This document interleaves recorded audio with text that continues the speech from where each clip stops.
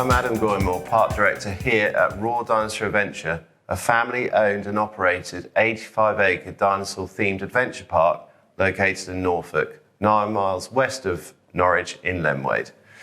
Welcome to the UK's best dinosaur theme park and Norfolk's largest all-inclusive day visitor attraction. There are many different types of jobs to make a visitor attraction work efficiently, and they are all deeply connected to make the business successful and to provide families a great experience on their day visit and to provide family memories to take away for a lifetime. Today, some of the team here at Raw Dinosaur Adventure are going to talk you through what it is they do and what it takes to provide a great experience here at Raw Dinosaur Adventure.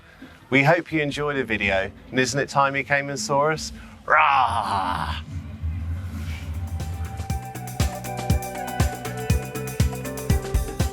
Hello everyone, my name's Becky and I'm one of the animal keepers and presenters here at the Secret Animal Garden at Raw Dinosaur Adventure. And I'm here today to talk to you a little bit about snakes. And to help me do that, I have one of our lovely snakes.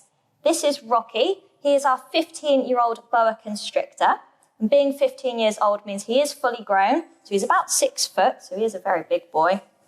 So boa constrictors in the wild, you'd find these guys in places like Mexico, going right down to South America, and places like Argentina. So an interesting fact about boa constrictors is these guys actually give birth to live young. So most other snakes will lay their eggs and leave them be. They'll incubate and hatch at some point, whereas these guys keep their eggs inside their tummies, and then when the babies are ready to hatch, the mothers will give birth to live young. And she'll normally give birth to around 30 baby snakes. And these guys are independent straight away. So as soon as they're born, they'll slither off and they have no maternal care from mum whatsoever. Okay, so what do snakes eat? Snakes are carnivorous, which means that they eat meat. And in the wild, snakes would eat anything ranging from things like small amphibians to small mammals. In captivity, we find it easiest to feed our snakes on things like frozen mice and frozen rats. So being quite a large snake, Rocky here has a medium rat. He eats that whole, and that will do him for the entire week. Now, you may have noticed a medium rat is probably quite a bit bigger than Rocky's head here. So how does he eat that? You've probably heard that snakes dislocate their jaw. Now, if you guys have ever been unfortunate enough to dislocate anything, you'll know that that really, really hurts. So it wouldn't be an ideal way of eating animals.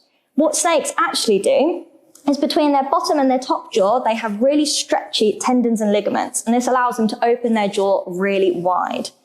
Their bottom jaw is also a little bit different to ours. They don't have a chin like us. It's actually split right here, and this allows their bottom jaw to split open like this. And this allows them to open their jaws even wider to be able to swallow really big prey items. So how do they find their prey? If you've got really keen eyes, you may have noticed that Rocky here doesn't have any ears. No snakes have ears, so they can't hear anything, so they don't find their prey through hearing. They actually find their prey through a really sensitive sense of smell.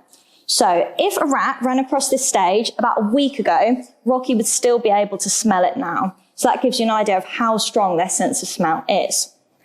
If you've got a keen eye, you might have noticed that Rocky's been sticking his tongue out an awful lot throughout this talk. And this is how snakes smell.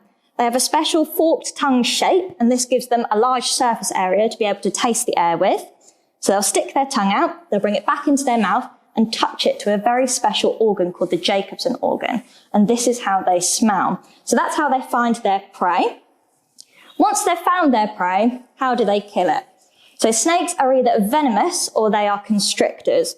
A lot of people get poisonous and venomous muddled up. Poisonous means if you were to ingest something, it would be toxic for you. Whereas a venomous snake has special fangs that it will bite its prey with and inject venom into it. And this is how they kill their prey. Luckily for me, Rocky here, being a boa constrictor, is a constrictor, clues in the name. So what he will do is he'll bite onto his prey, so a rat or anything like that in the wild, and he will squeeze it super, super tight. And for a long time, it was thought that this constricting action suffocated the animal, and that's how they died. Actually, we now believe that what kills the prey is this constricting stops the blood from circulating around the body, and this causes heart failure. So that's how he eats his prey.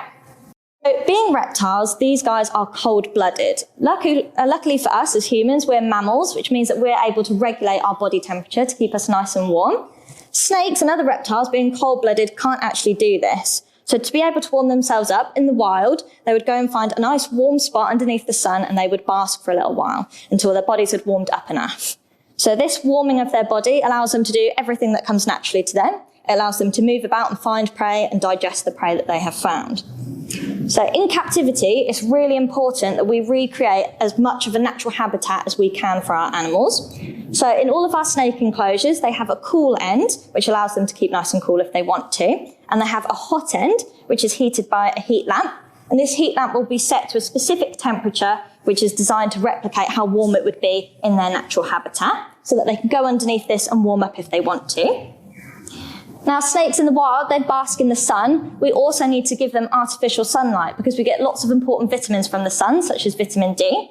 So in their enclosure, they have their heat lamp and they have a UV lamp. And this is essentially fake sun, which allows them to get all the vitamins that they would need from natural sun.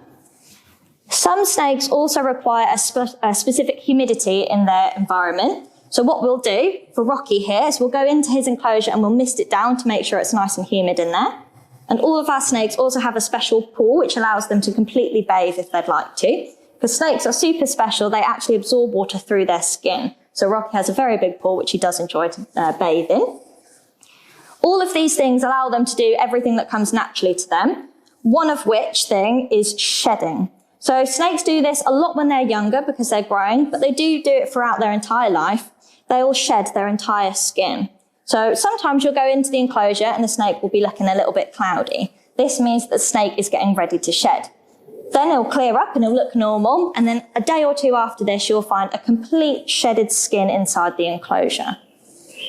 If you have a really keen eye, you might have noticed that Rocky hasn't blinked at all during this talk. And this is because snakes don't actually have eyelids. They have a very special scale that goes across their eyes called an eye cap. And when snakes shed, even this comes off. So going back to what I said before, when they're all cloudy, even their eye cap goes cloudy. So when your snake's in shed and they're all cloudy, it's best not to handle them. They can't see very well for a clouded eye cap, so they feel a little bit vulnerable. So it's best just to leave your snake alone when they're like that. Going on from handling, we actually do a snake encounter here in the Secret Animal Garden at Royal Dinosaur Adventure. And there are some very special rules you have to follow when you come to meet our snakes.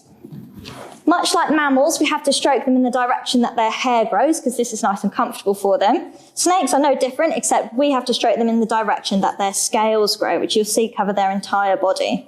We have to be super gentle and we have to avoid their head and their tails because this can be a little bit uncomfortable for them. So stroking right in the middle is the best way to handle your snake. After we've had a little stroke, it is super important that you wash your hands. Snakes and other reptiles can carry some really nasty germs on their skin, so it's really important you give your hands a really good wash, and that way we avoid getting poorly. Okay, so that's everything from me today. I hope you guys really enjoyed that talk, and hopefully you learned something. And if you found this talk super interesting and you'd like to find out anything more about snakes, why don't you have a little look online? We have some amazing snakes that are native to this country, so you could have a little look to see what we have and what you could maybe find in your garden.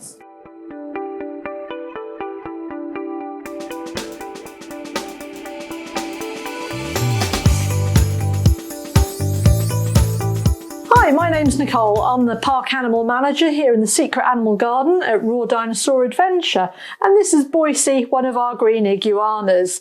I've been here now for around 4 years, having previously worked in the equine industry for the previous 20.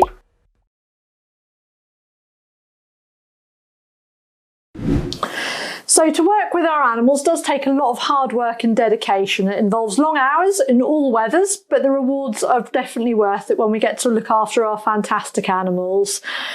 You need to be able to work at the weekends and also cope with early mornings. As I said before, it involves work in all weathers, which is great in the summer, but not so great in the winter time. Every day we have to muck out all of our animals, and again at the end of the day they get a second muck out to make sure they're kept nice and healthy. During the day we might do animal encounters, health checks and any training that animals need. And this could be such as teaching the pigs to push their ball around or Ernie our tortoise to follow a target to make it easier to move him.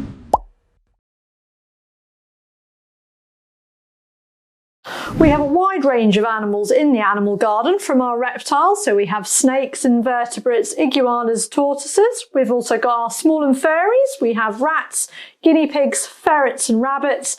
And we have our larger farm animals outside, such as our donkeys, our wallabies, goats and pigs. The favourite part of my job is dealing with the animals on a day-to-day basis, as well as all the organising and doing the admin to make sure that everything is up to date as required by our zoo licence. It's also great working with a fantastic team that I have on a daily basis who care greatly for our animals and provide the highest standards of animal care.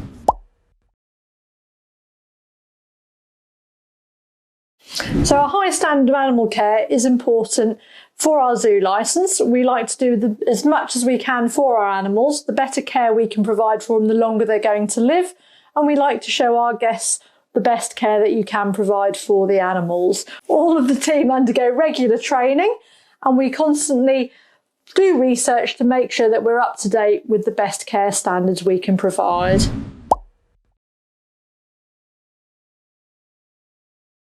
So if you were considering working with animals in the future and you're still at primary school, perhaps it's a really good idea to see if your parents will let you have a pet, to see if you can provide the care that you need to do and the dedication to look after that animal. It's a day-to-day commitment and you need to be prepared to muck it out as well as do all the cute and cuddly handling side. For those of you that are coming up to GCSE age, doing work experience is really important, as well as, again, having your own pets or helping out at a local rescue sanctuary, perhaps. Qualifications are important. Many of our keepers have degrees, but experience and the correct attitude is equally important. You need to prove that you are dedicated to do this job.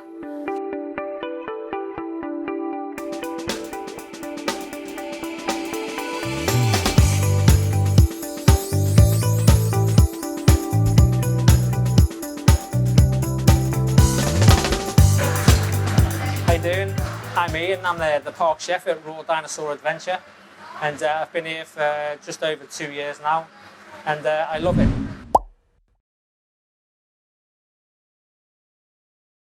I've been a chef for 26 years. I kind of got into it by accident, but I love it.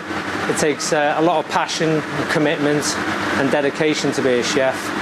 You need to be able to think fast, and because you never know what's going to happen, and you need to deliver good standards and quality of food for the customer. Just need to check, make sure that the centre of the chicken is properly cooked before serving.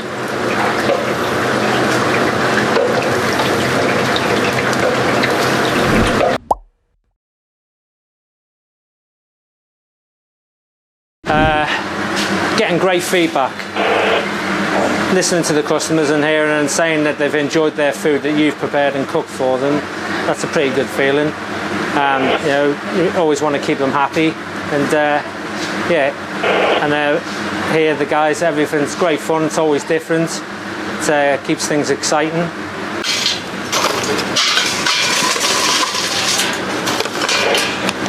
Service please. But make sure you tidy up while you go as well. Don't want to really be working in too much of a mess. It's hard sometimes when it's been busy.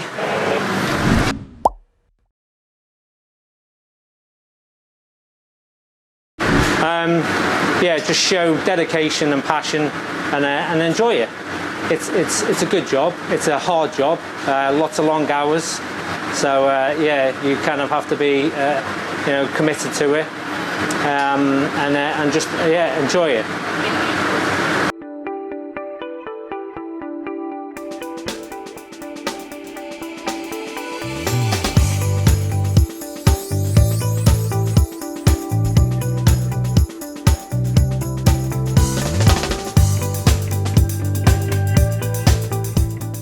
Hello, my name's Gav and I'm the attraction supervisor here at Raw Dinosaur Adventure. I've been working here for 4.5 years now.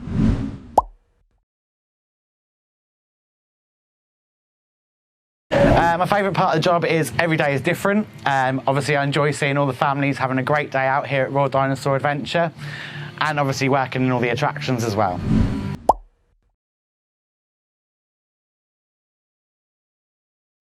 Obviously with the attractions we have to make sure that they are safe to use, so we have to do all our safety checks. With Dippy Splash Zone we have to make sure our chemical levels are all within safe parameters for the guests to use it. And obviously with Predator high ropes we have to make sure all the structure is safe to use, the harnesses are safe to use, and yeah, everything's good to go. Okay, so a little bit behind the scenes that you wouldn't normally see here on a day-to-day basis at Royal Dinosaur Adventure. So this is a harness and rim for Predator high ropes. Obviously this is where we keep all the sling lines and our harnesses, and they are checked every morning before the attraction opens itself. Obviously you've got your kit bags as well, should we need to do an emergency takedown. So they're all prepped, ready to go for when the attraction reopens every day.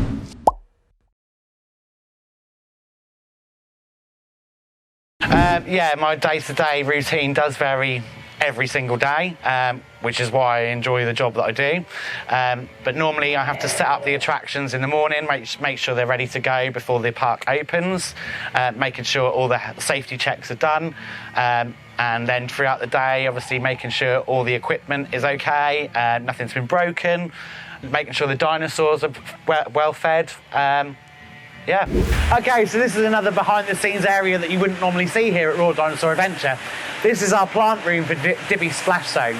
So what I normally do here is I normally check all the chemical levels, check the chlorine, check the acid, make sure they're all within safety measures and how they should be.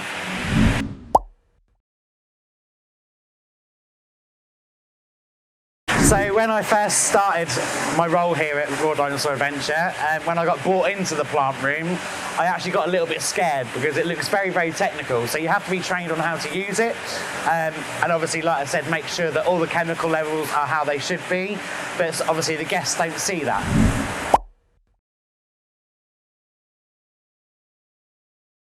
So before I started as an attraction supervisor here at Royal Dinosaur Adventure, I worked at the hospital for 8 years as a catering team leader. And before that, I worked on the holiday parks as a holiday park entertainer for 3 years. And then on my 4th year, I became entertainment manager. The reason why I found this job is I was booking Primeval tickets at the time and looked at the Royal Dinosaur Adventures website and found this job, and I thought, what a great place to work, working with dinosaurs and running attractions. So yeah, here I am.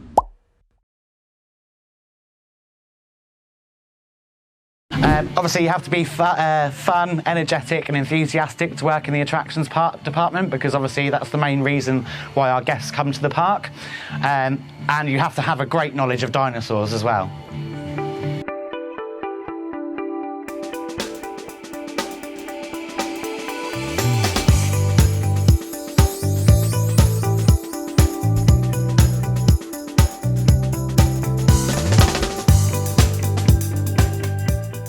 My name is Ben and I'm the park manager. You know, there's a lot more than meets the eye at Royal Dinosaur Adventure with careers. We have a lot of available opportunities for people that's not only just working with the dinosaurs. We also have opportunities in IT, in human resources, in finance, in retail, in food and beverage, in animal care, maintenance, carpentry and gardening. All happening behind the scenes.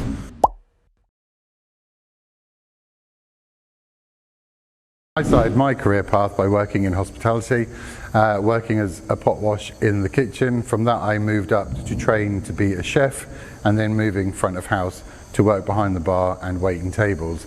This then led into a further career of working at weddings, planning weddings, organising, and then into corporate events.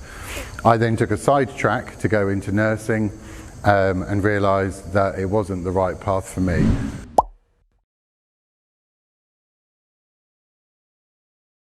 Within the events team we have several different roles that range from people who organise the events and run them on a daily basis, but also for entertainers and actors who work alongside our park mascot Dippy and his friends Raz, Terry and Paris.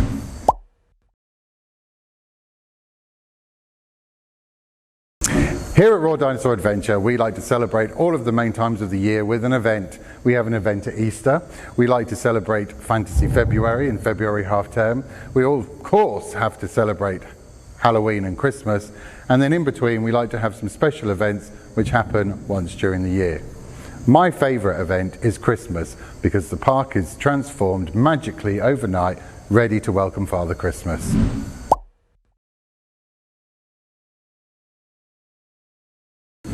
For any of you who are thinking about working towards a career in events, the advice that I can give you is to go and work in hospitality and food and beverage.